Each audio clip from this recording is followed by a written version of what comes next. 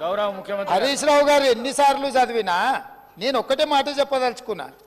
డినేకి డిలేకి తేడా ఉంది. ఒకవేళ ఇంగ్లీష్ వీరికి రాకపోతే వెనకాల ఒక ఆయన ఇంగ్లీష్ షానొచ్చు అన్నట్టు ఆయన ఉన్నాడు. ఆయనను అడుగుండ్రి. సింపుల్గా దీంట్లో ఏంది, you are also aware of the fact that both the states have agreed in principle to hand over the control of common projects, అయి శ్రీశైలం అండ్ ఎన్ఎస్పి అంటే Nagarjuna Sagar project. In terms of Gazette notification dated 15/7/2021, 15/7/2021 ला ప్రాజెక్టులు ఏవేవి ఎట్లా hand over చేయాలనో కంప్లీట్గా gazette notify చేసింది అధ్యక్ష 15/7/2021. తర్వాత ఏమన్నారు వారు, but for want of finalisation of operational protocol of both dams handing over process being delayed. దీని అర్థము మేము కొన్ని కార్యక్రమాల వల్ల దీన్ని అప్పజెప్పడానికి కొంత ఆలస్యమే అయింది తప్ప మేము దీన్ని ఎక్కడ వ్యతిరేకిస్తలేము. మేము కేఆర్ఎంబీకి అప్పజెప్పడానికి సిద్ధంగా ఉన్నాము. ఈ లోపల ఆంధ్రప్రదేశ్ నుంచి వాళ్ళు పోలీసులతో వచ్చి దాన్ని పొజిషన్ తీసుకున్నారు.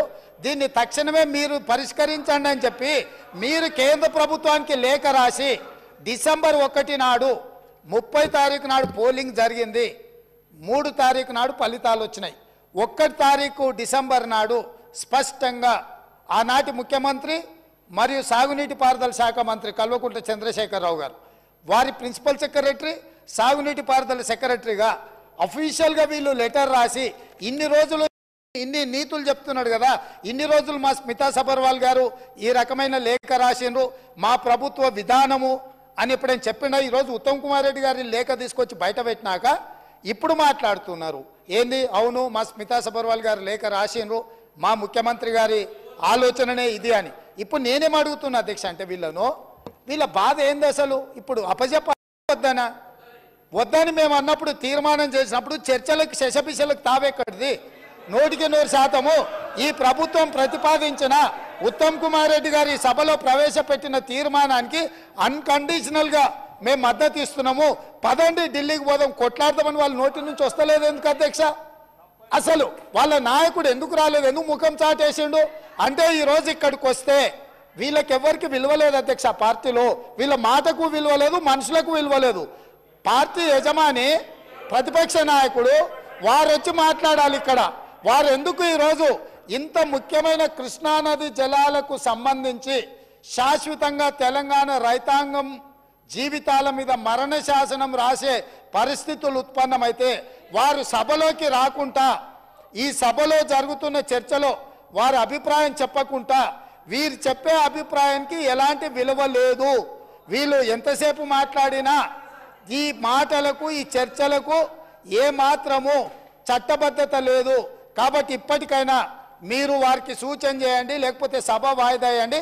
చంద్రశేఖరరావు గారిని సభలోకి రమ్మనుండ్రి.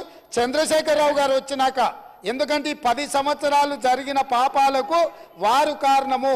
పాపాల భైరవుడి సభలోకి వచ్చి చర్చ చేస్తే తప్పకుండా మేమందరం కలిసి సమాధానం చెప్తాం. వారిని సభలోకి రమ్మనుండ్రి, చర్చ చేద్దాం. ఎవరు తప్పు చేసిండ్రు, ఎవరు తెలంగాణకు అన్యాయం చేసిండ్రు, ఎవరు తెలంగాణకు రావాల్సిన కృష్ణానది జలాలలో వాటాలను ఎవరు తెగ నమ్ముకున్నారు, ఎవరు చేపల పులుసుకి అలసిచ్చిండ్రు వారి నీళ్ళ దోపిడీకి, వారి సభలోకి రమ్మనుండి. చంద్రశేఖరరావు గారి సభలోకి వస్తే ఎంతసేపైనా మీరు మైకి అండి అధ్యక్ష. వారికి వీరికి ఏ అధికారము, ఏ హక్కు, ఏ అవకాశం లేదు. కాబట్టి చంద్రశేఖరరావు గారు ఈ సభలోకి వచ్చి వారు మాట్లాడితే ఇవ్వండి.